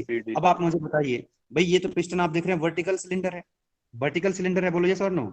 लेकिन मैंने आपको बताया था जो पिस्टन है बच्चे, पिस्टन सिलेंडर जो है, जो सिलेंडर की पोजीशन है वो हॉरिजॉन्टल भी हो सकती है, बोलो यस और नो। Yes, sir. अगर सिलेंडर हॉरिजॉन्टल हो जाएगा तो ऐसे हो जाएंगे इसकी पोजीशन कुछ इस तरह से। तो ये हो गया आपका, एक पोजीशन ये हो गई और एक पोजीशन ये हो गई। यहां से पिस्टन यहां तक मूव करेगा, ऐसे मूव करेगा। अब आप मुझे बताइए, वर्टिकल सिलेंडर में तो आप कह पा रहे हो कि top most position, bottom most position, ऊपर वाली, सबसे नीचे वाली, लेकिन जब हॉरिजॉन्टल सिलेंडर है, ये तो एक ही लेवल में आ गए दोनों, बोलो यस और नो। Yes sir. अब आप कैसे कहेंगे, अब देखिए ये पोजीशन भी पिस्टन की और ये वाली पोजीशन भी, दो डेड पोजीशन होती है, टॉप दो डेड पोजीशन होती हैं, एक टॉप डेड सेंटर, एक बॉटम डेड सेंटर। लेकिन यहां पर आप कैसे कहेंगे टॉप और बॉटम, क्योंकि ये तो एक ही लेवल में है दोनों पोजीशन इसकी। भाई एक डेड सेंटर ये हो गया, एक डेड सेंटर ये हो गया। तो अब इनको आप top dead centre, bottom dead centre नहीं कह सकते, क्योंकि ये हॉरिजॉन्टल इंजन है। तो इसलिए ये डेफिनेशन ज्यादा अच्छी है इसकी। अब आप मुझे बताइए, यहाँ पर क्या रही होगी, क्रैंक शाफ्ट रही होगी, क्रैंक शाफ्ट से मैक्सिमम डिस्टेंस ये वाली होगी यहाँ पर, यस और नो। इस यहाँ पर मैक्सिमम डिस्टेंस है क्रैंक शाफ्ट की, और ये क्या है, this is the minimum distance. तो इसका मतलब अगर वर्टिकल सिलेंडर होता तो इसको हम बॉटम डेड सेंटर कहते और इसको हम टॉप डेड सेंटर कहते, बोलो यस और नो। अब क्योंकि ये Yes, sir. हॉरिजॉन्टल है, हॉरिजॉन्टल इंजन में इसका नोमेनक्लेचर बदल जाएगा। अगर हॉरिजॉन्टल इंजन है तो बच्चे हम इसको कहेंगे इनर डेड सेंटर, क्या कहेंगे, इनर डेड सेंटर। और बॉटम डेड सेंटर क्या कहेंगे, आउटर डेड सेंटर, क्या कहेंगे इसको हम, आउटर डेड सेंटर। तो चलिए अब आपको ये बात क्लियर हो जाएगी। देखिए इसको क्या लिखा हुआ नेक्स्ट पॉइंट मैंने, इन केस ऑफ, नोट पॉइंट करके मैंने लिखा है, in case of horizontal engine, अगर इंजन हॉरिजॉन्टल है तो टीडीसी क्या कहलाएगा, inner dead centre, inner dead centre कहेंगे आईडीसी, अगर सिलेंडर क्या है, हॉरिजॉन्टल है। ध्यान रखें बच्चों, अगर वर्टिकल इंजन है तो जो उसको कहेंगे टॉप डेड सेंटर, अगर हॉरिजॉन्टल है तो टॉप डेड सेंटर को हम कहेंगे इनर डेड सेंटर। इसी तरह से बॉटम डेड सेंटर मैं आपको एक्सप्लेन कर चुका हूं, यहां पर ये वाली जो पोजीशन होगी, तो it is the position of the piston when it is nearest to the crankshaft, कि ये क्रैंक शाफ्ट के सबसे नियर कब होगा, कौन, इस वाली पोजीशन पे होगा, तो अब हम उसको बॉटम डेड सेंटर कहेंगे। अगर सिलेंडर कैसा है, in case of horizontal engine, in case of horizontal cylinder, जो बीडीसी होगा that will be known as ODC, that is outer dead centre. ठीक है, नाउ अब बताइए इसमें पहले कोई कंफ्यूजन है तो पूछ लीजिए, आप बताइए मुझे, top dead centre, bottom dead centre, inner dead centre, outer dead centre, ये बात आपको समझ में आ रही है। Yes, sir. Yes, sir. किसी को कोई अगर कोई कंफ्यूजन है तो पूछ लीजिए। जो मेनली टर्मिनोलॉजी यूज करी जाती है वो टॉप डेड सेंटर और बॉटम डेड सेंटर ही यूज करी जाती है। नाउ चलिए उसके बाद समझते हैं कि स्ट्रोक क्या होता है। What do mean by stroke, what do mean by stroke क्या होता है। आप कहते हैं ना 2 स्ट्रोक इंजन, 4 स्ट्रोक इंजन, बहुत ध्यान से समझिए तभी आपको वर्किंग समझ में आएगी 2 स्ट्रोक और 4 स्ट्रोक की। तो 2 स्ट्रोक 4 स्ट्रोक तो तब समझेंगे, पहले हमको क्या समझ में आना चाहिए, स्ट्रोक समझ में आना चाहिए। तो स्ट्रोक क्या होता है ध्यान समझना, पिस्टन कहां से कहां मूव कर रहा है, बता सकते हैं आप मुझे, बताएं सभी जल्दी से। Piston moves from TDT to BDC और BDC to TDC। टीडीसी से बीडीसी की तरफ जाएगा या फिर पिस्टन बीडीसी से टीडीसी की तरफ जाएगा। तो बच्चे देखिए क्या लिखा हुआ है यहाँ पर, when piston moves from TDC to BDC और BDC to TDC is known as stroke. Stroke कुछ नहीं है, ये स्ट्रोक है, इसकी स्पेलिंग ठीक कर लेना, स्ट्रोक है। स्ट्रोक क्या है, stroke is the movement of piston from TDC to BDC और बीडीसी टू टीडीसी, ये एक मूवमेंट है। तो आप एक बात और ध्यान से नोट कर लीजिए, जब पिस्टन टीडीसी से बीडीसी जाएगा बच्चे, जब पिस्टन कहां से जाएगा, टीडीसी से बीडीसी जाएगा, तो क्रैंक क्रैंक कितना रोटेट कर जाएगी, 180 डिग्री। बोलो यस और नो। Yes sir. ये बात क्लियर है आपको? जब पिस्टन टीडीसी, देखो यहां पर है टीडीसी 0 डिग्री, यहां पर है बीडीसी 180 डिग्री, तो जब ये क्रैंक, जब पिस्टन टीडीसी से बीडीसी आएगा तो क्रैंक 180 डिग्री रोटेट कर जाएगी। इस बात को आप ध्यान से समझ लीजिए। इसका मतलब ये होता है बच्चे कि एक स्ट्रोक, मैं रिपीट कर रहा हूं, जब पिस्टन टीडीसी से बीडीसी जाता है तो एक स्ट्रोक हो जाता है, या हम ऐसे भी कह सकते हैं जब पिस्टन बीडीसी से टीडीसी जाता है तो एक स्ट्रोक कंप्लीट हो जाता है। अब समझना ध्यान से, जब पिस्टन टीडीसी से बीडीसी गया तो एक स्ट्रोक हुआ, फिर पिस्टन बीडीसी से फिर वापस टीडीसी गया तो कितने स्ट्रोक हो गए, 2 स्ट्रोक हो गए। बोलो यस और no. Yes sir. Yes sir. इसका मतलब ये हुआ बच्चे, देखो पिस्टन टीडीसी से बीडीसी आया, 180 डिग्री क्रैंक रोटेट कर दी, फिर पिस्टन बीडीसी से टीडीसी गया, फिर क्रैंक जो है 180 डिग्री रोटेट कर दी। इसका मतलब 1 स्ट्रोक में क्रैंक 180 डिग्री रोटेट करती है, 1 स्ट्रोक में क्रैंक 180 डिग्री रोटेट करती है, तो 2 स्ट्रोक में क्रैंक कितना रोटेट कर जाएगी, बोलो यस और नो। बोलो कितना, 360 डिग्री, 360 डिग्री रोटेट कर जाएगी। 1 स्ट्रोक में 180 डिग्री, 2 स्ट्रोक में 360। इसका मतलब क्या हुआ कि जो आपके 2 स्ट्रोक इंजन होते हैं उसमें जो साइकिल कंप्लीट होती है वो क्रैंक के एक कंप्लीट रिवॉल्यूशन में होती है। कंप्लीट रिवॉल्यूशन का मतलब क्या हुआ, पूरा एक चक्कर कितने का होता है, 360 डिग्री, 360 डिग्री का ध्यान रखें। और 3 स्ट्रोक में कितना हो जाएगा, 3 स्ट्रोक में कितना रोटेट कर जाएगी, 270। 270। सर ऐड करेंगे 180 उसमें, वही 1 स्ट्रोक में 180, सर 540, तो 3 स्ट्रोक में कितना rotate करेंगे? बोलो सर 540, 40 डिग्री। और 4 स्ट्रोक में कितना रोटेट करेगी, बोलो सर 720, 720। 720 का मतलब क्या होगा बच्चे? क्या 2 कंप्लीट रिवॉल्यूशन हो गए, 360 into 2 that is 720। yes or no? Yes sir. Yes अगर सर, आप यस सर। समझो ध्यान से, अगर if you are talking about 2 stroke engine, तो 2 स्ट्रोक इंजन में जो साइकिल कंप्लीट होती है, 2 स्ट्रोक इंजन में जो साइकिल कंप्लीट होती है वो 360 डिग्री में कंप्लीट हो जाती है, क्योंकि 360 डिग्री में क्योंकि 2 स्ट्रोक का मतलब है 360, 1 कंप्लीट रिवॉल्यूशन। और जो 4 स्ट्रोक इंजन होता है, if you are talking about 4 stroke engine, तो जो साइकिल कंप्लीट होती है वो 720 डिग्री में कंप्लीट होती है, यानी कि 4 स्ट्रोक में कंप्लीट होती है, यानी कि 2 कंप्लीट रिवॉल्यूशन में क्रैंक शाफ्ट के या क्रैंक के 2 कंप्लीट रिवॉल्यूशन में कंप्लीट होती है साइकिल। ठीक है, तो स्ट्रोक का मतलब आई होप आपको पता लग गया है। स्ट्रोक का मतलब है it is the movement of piston from TDC to BDC और BDC to TDC. Now what is next one की अगर हम बात करें नेक्स्ट पॉइंट की, तो स्ट्रोक लेंथ क्या होती है बच्चे, what do you mean by stroke length? अभी हमने समझा स्ट्रोक, देखिए स्ट्रोक क्या है, प्रोसेस है, एक स्ट्रोक क्या है, एक मूवमेंट है। अब हम समझेंगे स्ट्रोक लेंथ क्या होती है। जब पिस्टन टीडीसी से बीडीसी जाएगा या बीडीसी से टीडीसी जाएगा तो सेम ही डिस्टेंस कवर करेगा, बोलो यस और नो। तो टीडीसी और बीडीसी के बीच की जो डिस्टेंस होती है that is known as stroke length, जिसको हम कैपिटल एल से यहां पर डिनोट करेंगे। तो ध्यान दीजिए, it is the distance between TDC and BDC. Clear है बच्चे आपको? What is stroke length? It is the distance covered by the piston from TDC to BDC और बीडीसी टू टीडीसी।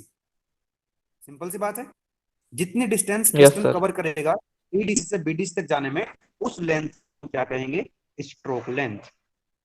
इसमें कोई कंफ्यूजन तो नहीं है आपको, बताइए जरा। No sir. किसी का अगर No, कोई sir. क्वेश्चन है नो सर। तो आप पूछ लीजिए। नाउ अब बात कर लेते हैं हम नेक्स्ट जो पॉइंट है, that is you know bore. जैसे कि मैंने अभी बताया भी था आपको, what is bore, what is the you know कैसे डिफाइन करेंगे हम इसको, बताना जरा। इनर डायमीटर ऑफ सिलेंडर, क्योंकि जो पिस्टन है वो सिलेंडर के अंदर रेसिप्रोकेट करेगा, तो जो हम ये कह सकते हैं कि जो पिस्टन है, पिस्टन का जो फेस है या फिर सिलेंडर का जो इनर डायमीटर है that is known as bore diameter. इसको हम बोर, जो इनर डायमीटर है सिलेंडर का that is known as bore. तो इसको हम कैसे लिखेंगे बच्चे, डी से लिखेंगे, यानी कि ये जो इसका डायमीटर होगा वो क्या हो जाएगा, उसको हम बोर के नाम से जानते हैं। Inner dia of the cylinder और diameter of the piston face. Next point है स्वेप्ट वॉल्यूम क्या होगा। व्हाट इज स्वेप्ट वॉल्यूम, ध्यान से समझिए, व्हाट इज स्वेप्ट वॉल्यूम। देखो इधर ध्यान से जरा, पिस्टन कहां से कहां जा रहा है बच्चे, टीडीसी से बीडीसी।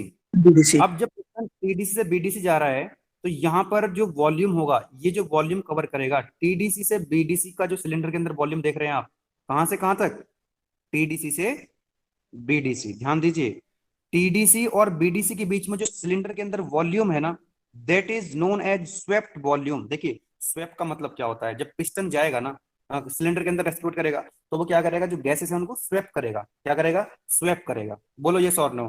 तो जो पिस्टन टीडीसी से बीडीसी के अंदर जो जिस वॉल्यूम को स्वेप करता है that is known as swept volume. क्या बोलेंगे हम इसको, स्ट्रोक वॉल्यूम भी कह सकते हैं हम, स्वेप्ट वॉल्यूम, क्योंकि ये टीडीसी और बीडीसी के बीच का है। देखो ध्यान से, volume displaced by the piston as it travels through one stroke. One stroke का मतलब क्या बताया मैंने आपको भी, टीडीसी से बीडीसी या बीडीसी से टीडीसी से पिस्टन जाता है तो स्ट्रोक कहते हैं। तो जब पिस्टन टीडीसी से बीडीसी जाएगा या बीडीसी से टीडीसी जाएगा तो जितना वॉल्यूम डिस्प्लेस करेगा पिस्टन, स्वेप करेगा जितना वॉल्यूम, उसी को क्या कहेंगे हम, स्वेप्ट वॉल्यूम कहेंगे। और उसको हम किससे लिखते हैं, वीएस, या फिर कई बार हम इसको वीडी से भी लिख लेते हैं, most of the time VS से लिखते हैं। डायग्राम में अगर आप देख पा रहे हैं तो ये वीडी से लिखा हुआ है। वीडी का मतलब है बच्चे यहाँ पर डिस्प्लेस्ड वॉल्यूम, डिस्प्लेस्ड वॉल्यूम, या फिर हम लोग एक्सप्लेन इसको स्वेप्ट वॉल्यूम, वीएस। अब आप मुझे बताइए जरा, अगर इसका डायमीटर डी है, इसका डायमीटर डी है और इसकी लेंथ आपको पता है एल है, इसका डायमीटर कितना बच्चे डी और इसकी लेंथ कितनी है बच्चे एल, स्ट्रोक लेंथ कितनी है एल, और इस डायमीटर कितना पिस्टन का डी, तो क्या हम स्वेप्ट वॉल्यूम निकाल सकते हैं? Yes sir. Yes, sir. निकाल यस सर। कैसे, क्या हो जाएगा बताइए? Pi r pi d square into L. Pi d square into L या pi d square by 4 into L. ये सर डायमीटर है तो उसको रेडियस में कन्वर्ट करें। अच्छा रेडियस Exactly. में हाँ ओके, मान लीजिए एक सर्कुलर क्रॉस सेक्शन बॉडी है। कैसी बॉडी है, सर्कुलर क्रॉस सेक्शन अगर बॉडी है, दिस वन, इसका अगर आपको एरिया पता है, कौन सा एरिया, क्रॉस सेक्शनल एरिया, अगर ए पता है और इसकी लेंथ आपको पता है तो आप क्या कर देंगे बच्चे, ये आपको लेंथ भी पता है तो आप इसका वॉल्यूम निकाल सकते हैं ना, cross sectional area into L. और एरिया कितना हो जाएगा, अगर इसका डायमीटर आपको पता है, अगर इसका आपको डायमीटर दिया हुआ है कितना है, मान लीजिए डी है, तो इसका एरिया कितना हो जाएगा, पाई बाई 4 डी स्क्वायर। बोलो यस और no, pi by 4 d square in 12, यही हो जाएगा ना इसका वॉल्यूम। Yes sir. अगर रेडियस पता है आपको, रेडियस क्या होती है, उसका हाफ हो जाती है, तो पाई आर स्क्वायर इंटू एल हो जाएगा। तो डिस्प्लेस स्वेप्ट वॉल्यूम आप निकाल सकते हैं कैसे, कि वी एस जो है स्वेप्ट वॉल्यूम आ जाएगा pi by 4 d square into L. L आपको पता है, ये डिस्टेंस जो है एल है, दिस डिस्टेंस इज एल, और डायमीटर कितना है डी। नाउ इफ, अब मान लीजिए आपको पता है कि एक सिलेंडर भी हो सकता है, 2 सिलेंडर भी हो सकते हैं, 6 सिलेंडर भी हो सकते हैं, 8 सिलेंडर भी हो सकते हैं। तो ये जो एक सिलेंडर का वॉल्यूम आया, इसका ये जो पाई by 4 d square into L है बच्चे, ये किसका वॉल्यूम है, सिंगल सिलेंडर का। अगर मान लीजिए if there are K number of cylinders then total swept volume कितना हो जाएगा, कि भाई पाई बाई 4 डी स्क्वायर ये एक सिलेंडर का है, नंबर ऑफ सिलेंडर कितने के हैं, तो टोटल स्वेप्ट वॉल्यूम कितना हो गया बच्चों, pi by 4 d square into L multiply by K, that is number of cylinder. तो टोटल वॉल्यूम आ जाएगा, यस और no? Yes sir. Yes sir. Now अब आप मुझे एक बात और बताएं बच्चे, यहाँ पर एक और टर्म हम यहाँ पर यूज कर रहे हैं, that is known as clearance volume, that is known as volume. देखो ध्यान से, डायग्राम पे जरा फोकस एक बार कीजिए यहाँ पर।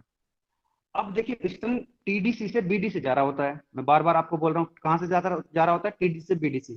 अब आप ध्यान से अगर देखेंगे तो टीडीसी के ऊपर भी कुछ गैप दिखाई देगा आपको सिलेंडर के अंदर।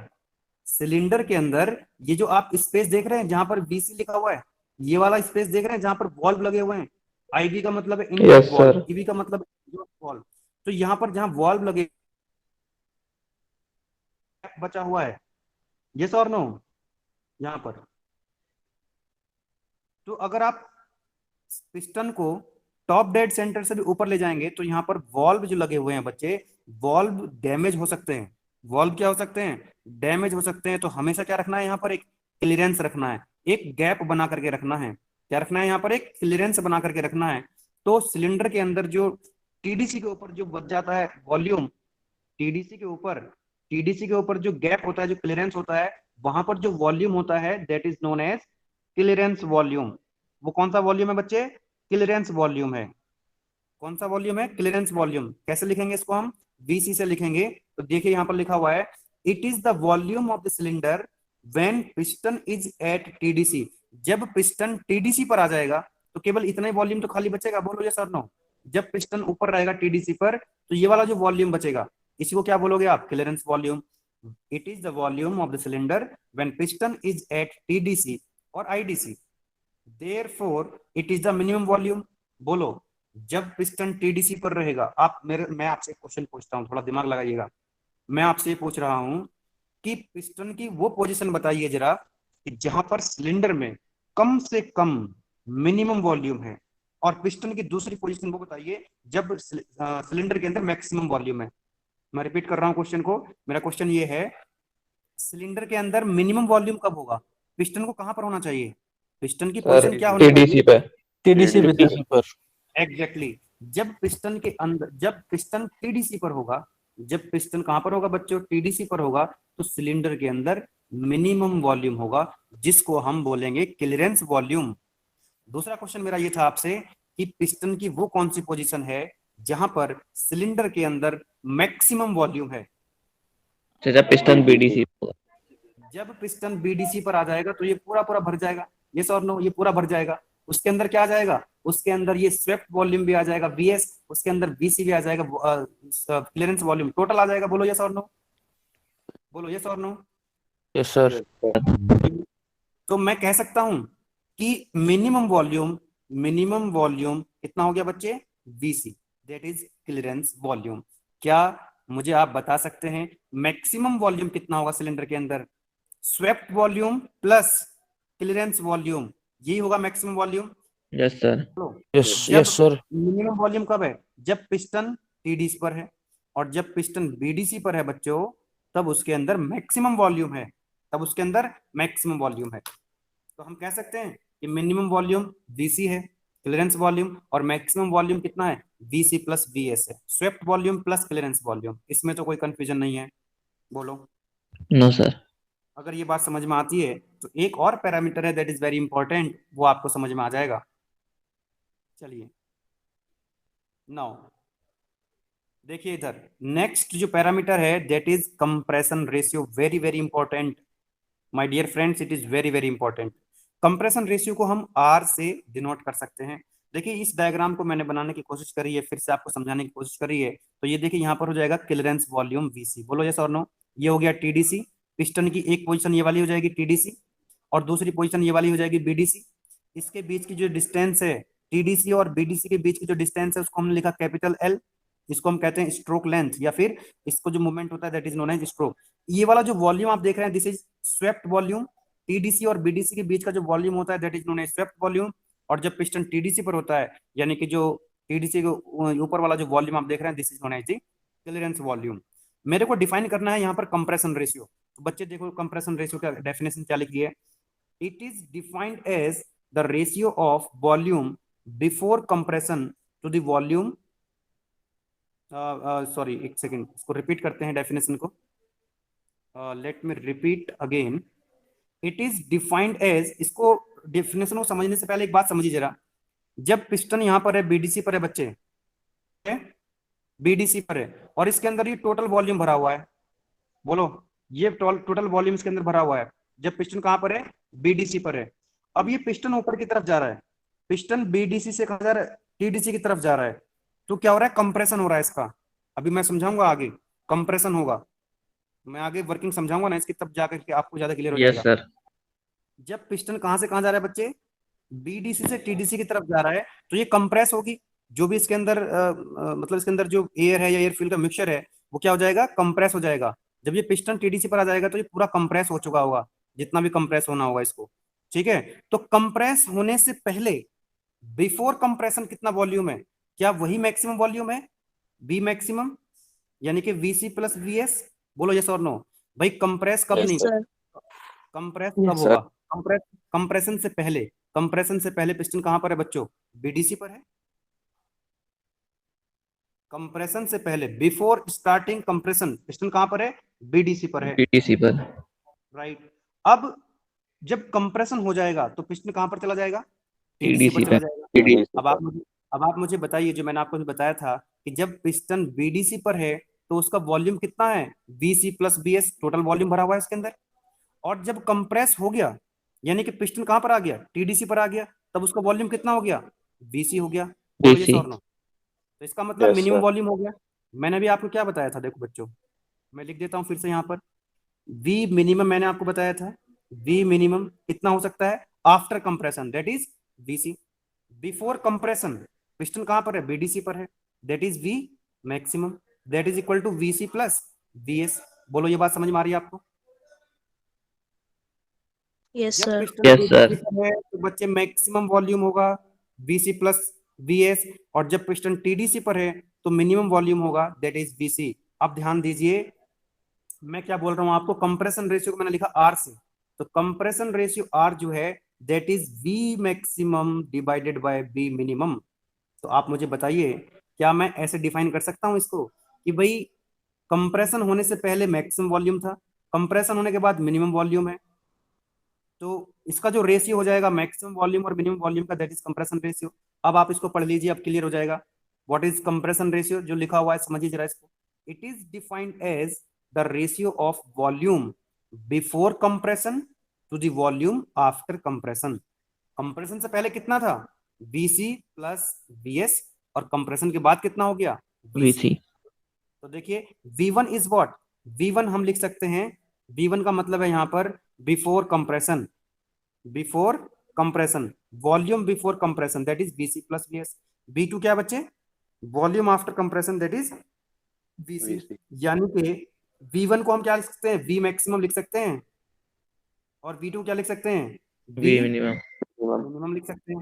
तो VC plus BS divided by BC, यानी कि सिलेंडर के अंदर जो टोटल वॉल्यूम है डिवाइडेड बाय क्लियरेंस वॉल्यूम का जो रेशियो है, उसी को हम कहते हैं कंप्रेशन रेशियो। अब बताइए इसमें कोई क्वेश्चन है क्या आपका? क्या आपको कंप्रेशन रेशियो क्लियर है? Yes, sir. Yes, sir. Yes, आप sir. पीवी डायग्राम Yes, को एक sir. बार और यस देख लीजिए। सर। आप पीवी डायग्राम को और देख लीजिए, प्रेशर वर्सेस वॉल्यूम। तो यहाँ पर जो V1 है ये बिफोर कंप्रेशन है, यानी कि देखो बिफोर कंप्रेशन का मतलब क्या? ये टोटल वॉल्यूम भरा हुआ है सिलेंडर के अंदर बच्चे, ये टोटल वॉल्यूम क्या है? भरा हुआ है। अब क्या करेंगे आप? 1 से 2 की तरफ चलोगे तो कंप्रेस हो रहा है, यानी कि वॉल्यूम क्या हो रहा है बच्चे? डिक्रीज हो रहा है। कितना डिक्रीज हो गया? 1 से, कोई प्रोसेस हुआ 1 से 2 तक, 1 से 2 तक, तो कितना वॉल्यूम हो गया? V2। अब देखिए यहाँ पर नीचे ये V2 कितना बच गया? यहाँ पर ये V2 है, this is V2 and this is V1। तो V2 कितना रह गया बच्चे? VC VC. After compression. तो V1 is before compression and V2 is after compression. V1 is maximum volume and V2 is minimum volume.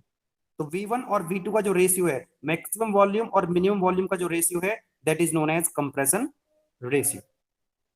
अब आपको ये ध्यान रखना है, जब हम पढ़ेंगे ना डिफरेंस सीआई इंजन और एसआई इंजन में, that is very interesting, very important question. CI और एसआई इंजन में डिफरेंस आएगा 101%, ध्यान दीजिए। तो वहां पर हम बात करते हैं कंप्रेशन रेशियो की, कि एसआई इंजन में, यानी कि पेट्रोल इंजन में, ध्यान रखना, जो एसआई एक इंजन होगा, एसआई इंजन, कौन सा इंजन? एसआई। दूसरा कौन सा होगा? सीआई, स्पार्क इग्निशन यानी कि पेट्रोल इंजन, कंप्रेशन इग्निशन यानी कि डीजल इंजन। तो कंप्रेशन रेशियो में फर्क होता है।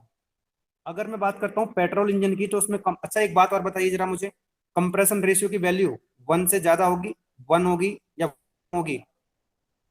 सर 1 से ज्यादा होगी। 1 से ज्यादा हो गया। ऑब्वियसली 1 से ज्यादा होगी, क्योंकि ये जो रेशियो है it is the ratio of maximum volume divided minimum volume, यानी कि ये वाली वैल्यू हमेशा क्या रहेगी? ज्यादा रहेगी, ये वैल्यू कम रहेगी। तो इसकी वैल्यू जो पेट्रोल इंजन के लिए होती है, that is in the range of 6 to 10 और 6 to 12 आप लिख सकते हैं। कंप्रेशन रेशियो की वैल्यू कितनी होगी? 6 to 12 in case of SI यानी कि पेट्रोल इंजन। डीजल इंजन जो होते हैं उसमें कंप्रेशन रेशियो ज्यादा होता है, that is equal to 12 to 22 आप लिख सकते हैं। कितना लिख सकते हैं? 12 to 22। ठीक है बच्चे, ध्यान दीजिए। 12 या फिर इसको हम 6 to 10 भी लिख लेते हैं कई बार पेट्रोल के लिए। तो ये एक रेंज होती है। तो आपको ये पता होना चाहिए कि डीजल इंजन यानी कि SI engine, compression ignition engine में कंप्रेशन रेशियो ज्यादा होता है। कंप्रेशन रेशियो ज्यादा होता है, ठीक है। कंप्रेशन रेशियो क्या होता है? ज्यादा होता है। कितना होता है? 12 to 22 की रेंज में होता है। और जो पेट्रोल इंजन होता है उसमें कंप्रेशन रेशियो कम होता है, 6 to 10 होता है। ये याद रखेंगे, जब हम डिफरेंस समझेंगे तो आपको ये बात समझ में आनी चाहिए वहां पर, ठीक है। इसलिए तो हम जो कंप्रेशन इग्निशन होता है उसको हम सेल्फ इग्निशन के नाम से भी जानते हैं। Self ignition. सेल्फ इग्निशन का मतलब क्या हुआ बच्चे? सेल्फ इग्निशन का मतलब है उसमें खुद से ही कंबशन हो जाता है, खुद से आग लग जाती है। जो पेट्रोल इंजन होते हैं आपने देखा होगा उसमें स्पार्क प्लग लगा होता है। स्पार्क प्लग से क्या होता है? उसमें कंबशन कराया जाता, इग्नाइट कराया जाता है फ्यूल को। एसआई इंजन यानी कि पेट्रोल इंजन में क्या लगा होता है? स्पार्क प्लग लगा होता है। एक्सटर्नल सोर्स से उसमें इग्नाइट कराया जाता है फ्यूल को, जबकि डीजल इंजन में स्पार्क प्लग नहीं होता है, एक्सटर्नल सोर्स नहीं होता है इग्निशन करने के लिए। उसको सेल्फ अपने आप से उसमें आग लग जाती है, अपने आप से उसमें कंबशन हो जाता है, क्योंकि उसका कंप्रेशन रेशियो ज्यादा होता है, ठीक है। बाकी हम डिटेल में इसको डिस्कस करेंगे आगे। नाउ अभी आप मुझे बता सकते हैं क्लास किस समय तक है हमारी? दूसरी क्लास कब खत्म होती है? फर्स्ट सर 10:50 तक है। 10:50 ठीक है, तो 10:50 पे इसको क्लोज करते हैं अभी, और उसके बाद हम आई थिंक 11 बजे से क्लास होगी फिर। Yes sir. ठीक है, तो हम 11:05 पे मिलेंगे। 11:05 पे मिलेंगे, क्योंकि लगातार एक ही सब्जेक्ट के लेक्चर है, तो मैं 5 मिनट एक्स्ट्रा दे रहा हूँ आपको। हम 11:05 मिलेंगे। उससे पहले, क्लास को लीव करने से पहले आप मुझे बताइए, बहुत ही बेसिक सा क्वेश्चन, बहुत ही सिंपल सा question. Option A. Option A. Sir option A. TDC का मतलब बच्चों टॉप डेड सेंटर, और बीडीसी का मतलब है bottom dead centre. Okay, now yes sir. Next, compression ratio of IC engine is, which option is correct? सभी लोग समझेंगे, सभी लोग बताएंगे, क्योंकि बहुत डिटेल में, बहुत ही हर तरीके से, हर एंगल से मैंने इसको समझाने की कोशिश करी है आपको। Sir C. सी। ऑप्शन सी।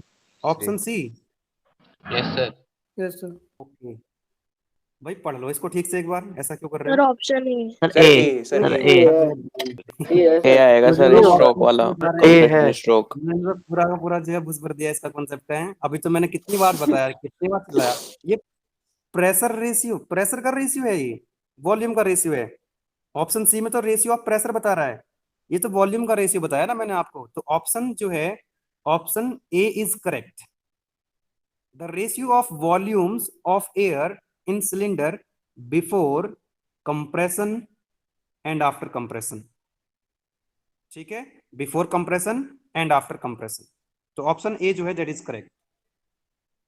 चलिए उसके बाद next topic is very very important, 101% आएगा। एसआई एंड सीआई इंजन क्या होते हैं, क्या डिफरेंस होता है, spark ignition and compression ignition.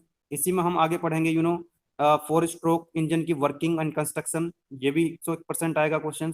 तो नेक्स्ट वाली जो क्लास है that is very important. 4 stroke, देखिए 4 स्ट्रोक इंजन का हम क्या पढ़ेंगे यहाँ पर? कंस्ट्रक्शन एंड वर्किंग पढ़ेंगे, कि ये स्ट्रोक किस तरह से होते हैं। 4 स्ट्रोक में जो 4 स्ट्रोक होते हैं, कौन कौन से स्ट्रोक होते हैं, क्या नाम होता है, और किस तरह से ये स्ट्रोक्स होते हैं, ठीक है। तो डिटेल में हम लोग डिस्कस करेंगे। तो मिलते हैं हम 11:15। सभी लोग 11:15 पर वापस आ जाइएगा। मिलते हैं 11:15। Thank you sir. Okay sir. Okay sir. Thank you thank you sir. Sir. Thank you. Thank you, to all sir. Of you. Thank you बेटा।